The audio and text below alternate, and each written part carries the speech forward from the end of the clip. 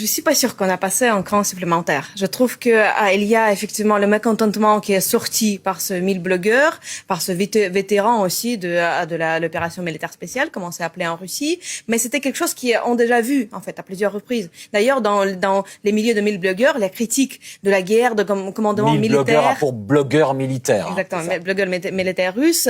La critique de commandement militaire russe, la critique de l'armée, comment elle fonctionne, c'est assez répandu, en fait. Il y a déjà pas mal d'ultranationalistes russes qui ont soutenu cette guerre, qui ont participé dans cette guerre dès 2014, qui aujourd'hui sont en fait en prison. Pourquoi? Parce qu'ils ont critiqué l'armée, parfois Vladimir Poutine, mais ils étaient assez prudents. Et ce monsieur qui a sorti effectivement cette vidéo, il était aussi il a appelé à Poutine directement après, il est très vite rétropédalé. Donc c'est quelque chose qui est sorti comme ça parce qu'il y avait ça sautait dans quelque sens, parce que il en avait marre, voilà. Mais sinon, la plupart des 1000 blogueurs, la plupart des sociétés, même ceux qui s'adressent au ministère de la Défense, ils restent dans ce que j'appelle le périmètre de la critique loyale.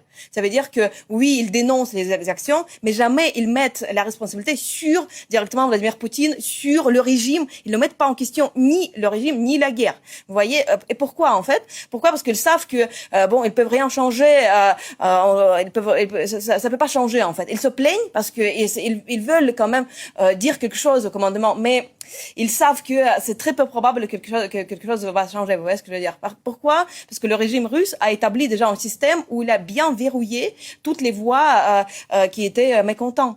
Depuis la mutinerie de Evgeny Prigojine, le Kremlin a tiré beaucoup de leçons, vous savez, de cette mutinerie. Donc même si les voix parfois mécontentes sortent comme ça, mais ça ne veut pas dire qu'il y a une montée, de mécontentement, où il y a quelque chose qui va changer dans la société russe et dans les milieux politiques russes.